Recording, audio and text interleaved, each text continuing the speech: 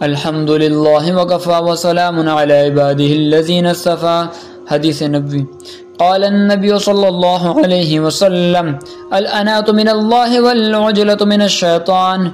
رسول اللہ صلی اللہ علیہ وآلہ وسلم نے فرمایا بردباری اللہ کی طرف سے ہے اور جلد بازی شیطان کی طرف سے۔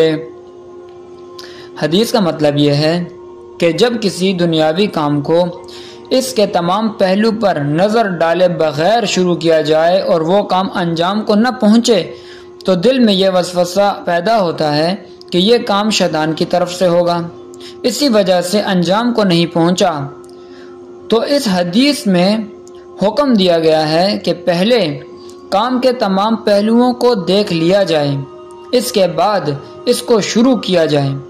البتہ نیک کام میں جلدی کرنا یہ محمود ہے، جیسے کہ قرآن مجید میں نیک لوگوں کی تعریف میں فرمایا گیا وَيُسَارِعُونَ فِي الْخَيْرَاتِ کہ وہ اچھے کاموں میں جلدی کرتے ہیں۔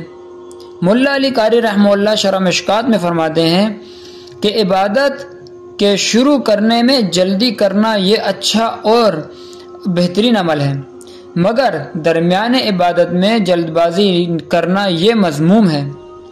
اور جو اس حدیث میں ممانعت ہے وہ اس بات پر ہے کہ عبادت کے دوران جلد بازی نہ کرے، یہ شیطان کی طرف سے ہوگی۔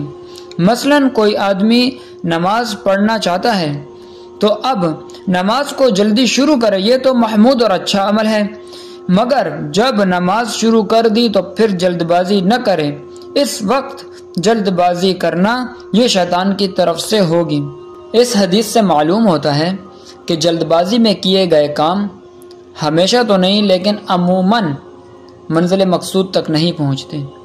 ہمیں بردباری اختیار کرنی چاہیے اور جلد بازی کو ترک کرنا چاہیے۔ وآخر الدعوانا الحمد للہ رب العالمین۔